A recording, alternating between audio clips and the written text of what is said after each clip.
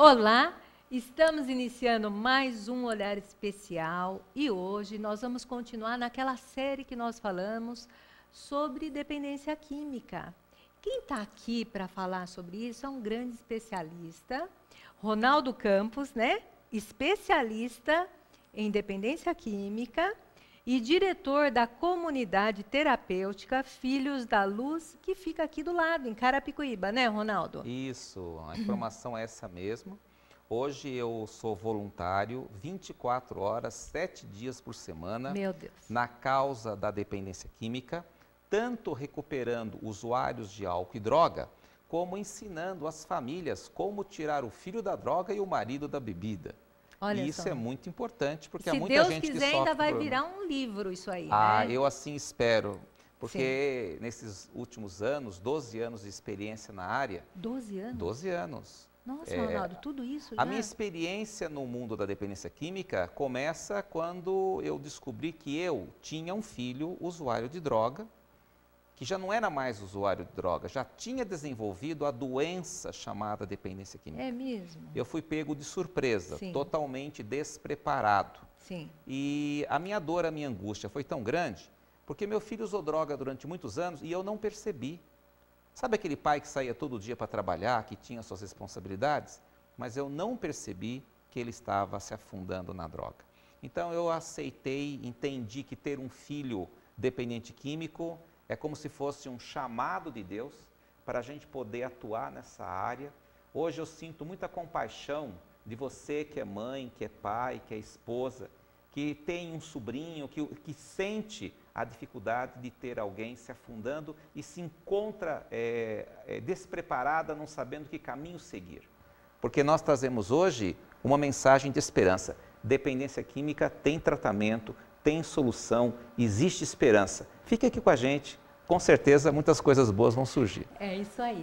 Gente, olha, fique sabendo que o Ronaldo, a gente conheceu o Ronaldo lá atrás, fazendo palestras na maçonaria, não foi, Ronaldo? Isso. O Paulo trouxe para cá, porque é um assunto muito importante de saúde pública, que além das políticas públicas, principalmente a política familiar, né, Ronaldo? Você estava dizendo o quanto é importante a família para cuidar dessa doença, dessas pessoas que estão precisando de cuidados, né? Mas, Ronaldo, aqui também nasceu o programa, né? Que nós precisamos falar, que está aí passando ainda, Novo Dia, Nova Esperança, né? Para quem quiser saber mais, é só entrar no site da TV Osasco, no YouTube e colocar lá Novo Dia, Nova Esperança, não é, Ronaldo? Exatamente. Se você tiver um problema com álcool ou droga dentro de casa e quer saber a receita de como é que tira filho da droga, entra no YouTube, digite a frase Novo Dia, Nova Esperança. Você terá acesso a uma quantidade muito grande de vídeos que nós gravamos em parceria com a TV Osasco e lá vai te ensinar passo a passo como solucionar o problema. E interessante, de graça, sem gastar dinheiro. É. Vai, seja curioso. Novo Dia, Nova Esperança. Pois é. A gente vê, Ronaldo, cada vez mais a droga chegando em crianças, né? Como você vê tudo isso, Ronaldo? O problema da droga, principalmente no jovem, é que o jovem, por natureza, ele tem curiosidade. Tá. E o primeiro encontro com a droga é a curiosidade de saber como que é. Falam tanto nisso que eu quero conhecer. O primeiro contato dos nossos filhos com a droga é pela curiosidade. Depois é pela pressão dos amigos, especialmente os da escola ou da rua. Ou da faculdade. Ou da faculdade. Hoje, a droga, ela entra dentro da nossa casa através dos melhores amigos, das pessoas com as quais nós convivemos. E o jovem, ele, para não desagradar o amigo, para não perder a amizade, ele experimenta, ele usa. Tem jovens que treinam fumar maconha, não porque gostam, mas só para poder fazer parte de um grupinho de amigos que ele admira. Então o negócio é complexo. E cada dia os nossos filhos estão experimentando droga mais cedo. Hoje, a idade em que o jovem experimenta a droga pela primeira vez é 11 anos, 12 Nossa. anos, 13 anos. E se houver legalização de drogas nesse país, Logo, logo, eles estarão experimentando aos 8, aos 9, aos 10. Não se iludam. Meu Deus do céu. Toda vez que uma sociedade legaliza qualquer tipo de substância, cada vez o uso precoce aumenta. Ou seja, cada vez uma geração mais nova vai estar usando. E é muito diferente você ter um filho, muito diferente você experimentar droga aos 12 anos do que aos 18. Aos 12 anos o cérebro ainda está em formação. E se entra uma substância psicoativa, as lesões cognitivas do pensamento, das emoções, do raciocínio, serão muito mais profundas. Com certeza. Por isso que nós não podemos ficar calados vendo essa política de liberalização de drogas, porque a maconha, pelo menos nas pessoas que eu trato, ela tem 3 efeitos devastadores. Primeiro, maconha afeta a memória. A pessoa tem dificuldade de aprender coisas novas e esquece o que já aprendeu. É uma droga que tira a motivação do indivíduo ao estudo e ao trabalho. Não será empresário, não vai ser doutor, não vai dirigir a empresa da família. Se conseguir sobreviver à droga, vai ter uma vida meio que pacata, sem grandes expressões. Tirando do ser humano aquela garra de ir à luta, a vontade de progredir. Então a gente fala que a maconha é uma droga amotivacional. Ela tira a motivação para lutar, para progredir. Não me agrada ter um filho fumando maconha, porque eu sei dos perigos. Entendi. E assim, você disse que tem solução. Mesmo para a maconha? Tem solução? Sim. Como te falei, eu conheço a dependência química pelos 3 lados. Primeiro, do pai que teve filho fumando maconha e um outro filho cheirando cocaína. Meu Deus. Eu tenho a experiência de ter feito pós-graduação, sou especialista em dependência química. Mas a minha grande experiência é que eu dirijo uma comunidade terapêutica filantrópica que trata dependentes químicos profundos. Eu vivo 24 horas no mundo da droga. Sim. Então, hoje, a minha posição é, o problema da droga é um problema de família. A droga caminha porque as famílias têm medo de enfrentar o problema, achando que... Tem vergonha de falar, de procurar ajuda. Não se informa e não participa do processo de recuperação. Como eu estava muitas vezes falando, tem muita mãe que quer que o filho pare de fumar maconha, mas ela fuma cigarro comum. Ou tem ligação? É lógico. É mesmo? Porque é o hábito de fumar. Nós hoje defendemos a ideia de que a droga está muito ligada aos comportamentos da família. Então, a nossa proposta de enfrentamento da dependência química é mudança de comportamentos da família, em primeiro lugar. Nós brincamos que, em primeiro lugar, quem tem que mudar é a mãe e o pai, depois o filho. E a cervejinha? Para uma grande parte da nossa população, beber cerveja não vai trazer nenhum problema. Mas para uns 10% da nossa população, será a porta de entrada para outros tipos de bebida e poderá terminar no alcoolismo. Tem pessoas que não terá nenhum problema com a bebida, mas tem outros que vão ter. Que é a tal da predisposição. Isso. Se você já teve na tua família um avô alcoólatra, um tio que morreu de cirrose, um pai que bebia muito, qual a chance do seu filho hoje, de 3, 4 anos, seguir o mesmo caminho? Ou mesmo a gente, grande, né? É a gente. Então, em uma família que já houve casos de alcoolismo, na nossa casa não poderia entrar latinha de cerveja. Porque aquela família já tem fatores vulneráveis. Que vem na genética, já né? está dentro do indivíduo, nas relações. O alcoolismo ele tem um lado muito ligado à predisposição. Sim. Vamos comparar uma diabetes para ficar mais fácil? Exato. É um caso, podemos dizer, porque é uma doença crônica. Então eu preciso entender que na casa do vizinho pode-se beber vinho e cerveja sem problema. Mas na minha casa... Eu que tive um pai alcoólatra, tive um avô que bebia demais, na minha casa não dá. E como seria bom que as famílias, você fala que é a família o principal.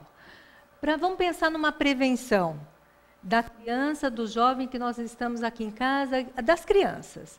Como eu posso fazer para assim, evitar que o meu filho vá tentar, vá experimentar, Como que poderia ser? Eu diria o seguinte, que de cada 2 filhos, um vai experimentar droga. Vamos já aceitar esse fato. Verdade. Só que ele não vai contar para a mãe nunca, mas ele Sim. vai experimentar. Mas e não tem aquele caso que tem alguns que experimentam e viciam na primeira vez que experimentou? Não, olha, isso só se for em drogas como crack ou cocaína. A maioria das pessoas nem sempre tem uma boa experiência com droga. Tem gente que fuma maconha e acha horrível, mas tem alguns que fumam e acham que aquilo foi amor à primeira vista. Existem pessoas que se adaptam melhor. E não tem nenhum exame complementar de sangue ou de radiografia que nos mostre quem é de risco ou não. O que nós podemos dizer é que, no nosso entendimento da comunidade terapêutica Filhos da Luz, existem filhos de risco maior. Então, por exemplo, quais são os filhos com mais tendência ao uso de droga? Primeiro, o filho tímido. Depois, filho por adoção. Terceiro, filho que na escola sofre bullying. Filho que sente que ele não pertence àquele lar. E famílias que já têm histórico de uso de álcool ou de droga. Quando você fala, né, desse filho que sofre bullying e tal, a gente podia falar dessa angústia que essa criança está sofrendo, a própria saúde mental que a gente descuida, né? E o que poderia, a gente percebendo que aquele filho não está bem, ele está triste, como que poderia agir? Interessante. Os pais, quando encontram um filho que não está bem, chamam normalmente para conversar. Mas, na verdade, não é uma conversa, é só o pai que fala. Hoje nós defendemos que prevenção às drogas é nós criarmos em casa o hábito de escutar. É mesmo? Sem interferir. Escute o teu filho.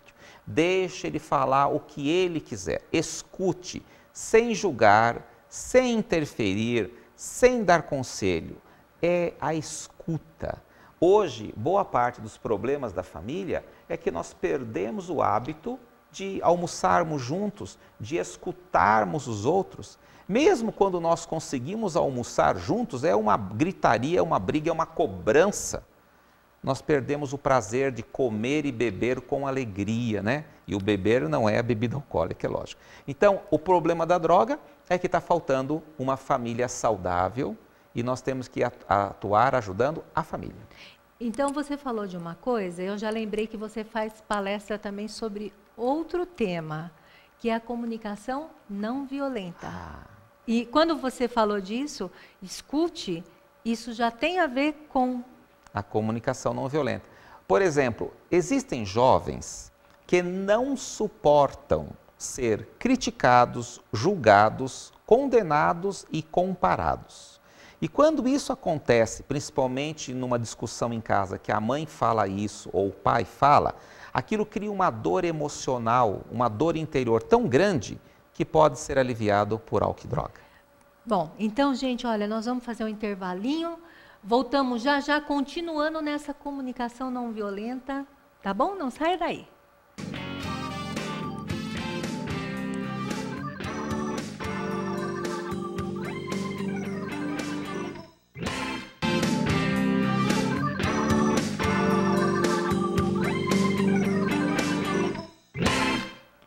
Bom, gente, nós estamos aqui no nosso Olhar Especial, falando sobre dependência química, né? Com o nosso especialista Ronaldo Campos, que é especialista em dependência química e diretor da comunidade terapêutica Filhos da Luz em Carapicuíba, né, Ronaldo? Isso. A gente estava falando da importância da comunicação não violenta, né? Isso. Eu tenho observado na minha trajetória que tirar uma pessoa da droga é fácil, é muito fácil. É mesmo? A dificuldade é evitar a recaída. E nós observamos que a recaída, ela vem muito na maneira pela qual as relações acontecem dentro de casa. O jeito da mãe falar, o jeito do pai se comunicar, exerce uma força poderosa, tanto para a recuperação, quanto para a queda. Então, quem tem um filho dependente químico, precisaria conhecer e se aprofundar nesse tema chamado Comunicação Não Violenta, Poxa. que aliás é um livro que tem o mesmo nome, é só entrar na internet, o livro se chama Comunicação Não Violenta, que nos ajuda a conversar sem julgar, sem criticar, sem Ronaldo. condenar. E esse livro de quem que é você? É de um psicólogo americano chamado Marshall Rosenberg. Tá. Dr. Marshall Rosenberg, desde a sua infância, ele se preocupava qual a razão da violência na cidade de Detroit, que ele morou lá. E ele percebe que a razão da violência é o nosso hábito de julgar os outros. Então, a comunicação não violenta, eu parto do princípio de que eu não posso emitir julgamentos sobre o outro. Numa comunicação não violenta, eu nunca vou dizer, olha, você está errado. Tá. Porque dizer que o outro está errado já é emitir um julgamento. E se eu digo que você está errada, você vai se justificar que não está errada, que não é bem assim, e assim começam as brigas e discussões. E você acha que esses jovens, a maior parte são jovens, né? Eles vão procurar droga por que razão? Porque eles estão em grande sofrimento interior. Estão vivendo num mundo que não preenche os seus sonhos. Na verdade, uma das causas que levam os filhos à droga é vida sem propósito. Eles não sabem o que querem da vida. Um mundo tão tecnológico, mas ao mesmo tempo tão vazio. As pessoas não conversam mais. É só na rede social. Não conversam mais. Hoje tudo via WhatsApp, e-mail. Perdemos o gosto de sentar e conversar. Perdemos isso. Por isso que nós falamos que quem tem um filho na droga precisa criar o hábito de ouvir, o hábito de falar em comunicação não violenta, de não criticar, de não julgar. Eu brinco que com o filho dependente químico, a gente tem que falar fazendo perguntas. Sempre perguntas. Meu filho, como você está se sentindo hoje? Meu filho, quais são os seus planos para o dia de hoje? Meu filho, o que você pretende obter com este tipo de conduta, esse tipo de atitude? Falar com perguntas. E com o filho usuário de droga, nunca dê conselhos. Isso simplesmente não funciona. Faça perguntas. É mesmo? E você tem que treinar a família a ser assim. A família não sabe desse detalhe. Por isso que você fala da importância de ter o grupo da família no seu tratamento. Exato. A comunidade e o grupo que trata da família. Exato, porque você só tem bons resultados se você tratar o dependente químico e auxiliar aquela família a identificar quais são os comportamentos que existem lá dentro que favorecem as recaídas. Você vai ver, por exemplo, famílias que gritam demais, que discutem demais, que têm outros comportamentos inadequados, famílias disfuncionais, famílias doentes, tudo isso cria um ambiente opressivo. Em algum momento, o usuário em recuperação vai se sentir tão mal que ele vai buscar o alívio na droga ou no álcool. E você falou também assim, que no início a droga, ela dá o prazer e depois ela vira um remédio. Isso. Para o jovem, as primeiras experiências da droga são extremamente prazerosas. A gente brinca e diz que droga é muito mais gostoso do que sexo. E você pode fazer isso sozinho, ao custo de R$10 a cada 15 minutos, 1 hora, 2 horas. Você nem precisa mais sair de casa para sentir prazer. Só que com o uso crônico, a droga progressivamente perde esse lado do prazer e ela se torna um anestésico, um analgésico, um alívio para a dor que eu carrego. Então, eu uso droga para anestesiar os meus sentimentos de tristeza, medo, frustração, saudade. O indivíduo que usa cocaína, ele não sente compaixão da mãe, ele não sente vergonha, ele não sente saudade, ele não sente nada. É uma pessoa movida, vive uma vida sem sentimentos. Por isso que no auge da droga, ele furta a mãe, ele tapeia a avó, porque ele não sente remorso. A droga anestesia a voz da consciência. É mesmo? Então eu faço o que deu na cabeça, sem me preocupar com consequências futuras. E como é que, sabendo disso tudo, fica difícil para aquela família ainda ter a compaixão E ainda cuidar, né? Porque, imagina, foi roubada, é difícil. Por isso que você trata da família também, né? Exato. A pessoa tem que entender que isso é uma doença, uma mudança de comportamento. E como é esse tratamento, Ronaldo? Você tem a sua clínica, que, aliás, olha, gente, www.comunidadefilhosdaluz.org.br, né? O telefone 4181 2089 DDD 11. Isso. E como é esse tratamento? Bom, nós temos uma comunidade terapêutica filantrópica. Isso quer dizer que a grande maioria das pessoas que são tratadas, elas não pagam, porque já chegaram numa condição de falência econômica, moral, pessoal, familiar total. É mesmo? Sim, a gente diz que a dependência química é uma doença que adoece, enlouquece e empobrece a família. É terrível, é devastador. Sei. E quanto mais tempo nós demoramos para enfrentar o problema, mais grave o problema se torna. Tá. Então, para enfrentar a dependência química, a família tem que tomar uma atitude de não aceitar mais essa situação. Mas não aceitar mais essa situação por amor e se envolver na causa. Se eu quero ajudar uma pessoa, eu preciso entender qual é a doença dele. Quando as mães me procuram querendo que eu tire os filhos da droga, eu pergunto assim: há quanto tempo seu filho usa droga? Ah, doutor, 10 anos, 15 anos. Aí eu faço a pergunta: e quantos livros sobre dependência química a senhora leu para poder ajudar o seu filho? Olha só. Qual é, você acha que é normalmente a resposta? Nenhum. Eu quero e a às vezes, solução. poxa, às vezes procura no YouTube também, né? Isso. Hoje nós temos a informação está muito democrática, mas as pessoas querem soluções mágicas. No mundo da dependência química não existe pílula mágica. O que existe é trabalho da família e esforço. Olha aqui, Ronaldo, nós estamos aqui, gente, com um recadinho do Márcio Martins Moreira. Um abraço, Márcio. Tema importante, programa extremamente relevante, especialmente no mundo de hoje. Parabéns. Aí, Ronaldo. Que bom. Que bom. Alguém está valorizando. Sim. Porque é uma realidade. Olha, hoje no Brasil, as estatísticas dizem que 2% da população brasileira usa droga ilícita e mais 6% se encaixa em diagnóstico de alcoolismo. Então, nós temos 8% da população brasileira usando ou com chance de desenvolver algum tipo de doença na dependência química. Certo. Hoje é raro você ter uma empresa que não tenha caso de usuário de droga, não tenha caso de álcool na nossa rede de amigos. Todo mundo conhece alguém que tem um filho usando droga. Todo mundo conhece alguém que tem um marido que é alcoólatra.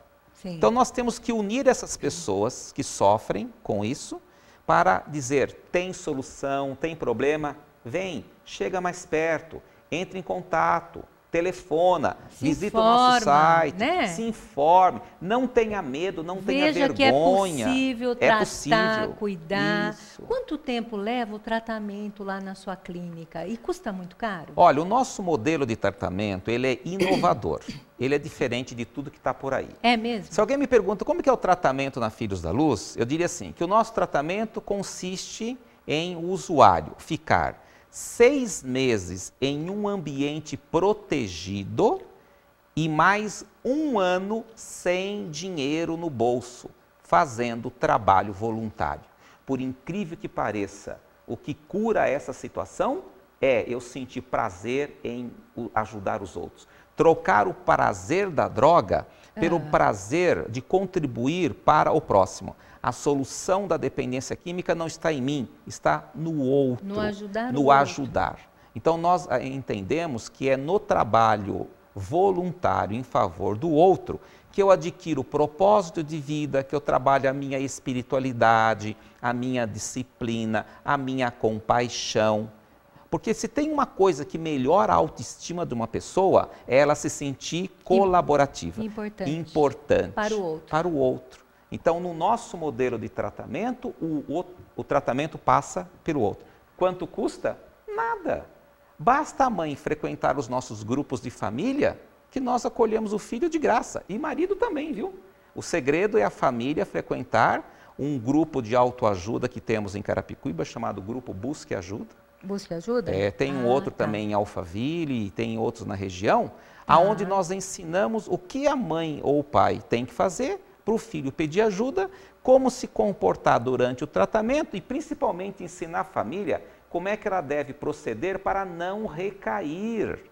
A recaída está muito ligada aos comportamentos da família. Da família. Isso. Que interessante, Ronaldo. Percebe? E você me disse, Maristela, lá na comunidade eu tenho desde os moradores de rua, que muitas vezes você recolhe, e às vezes até do Morumbi. Nós temos de tudo. Desde a Cracolândia até o Morumbi, desde o pedreiro até advogado. A droga hoje não escolhe mais classe social. Mas eu posso dizer uma coisa importante.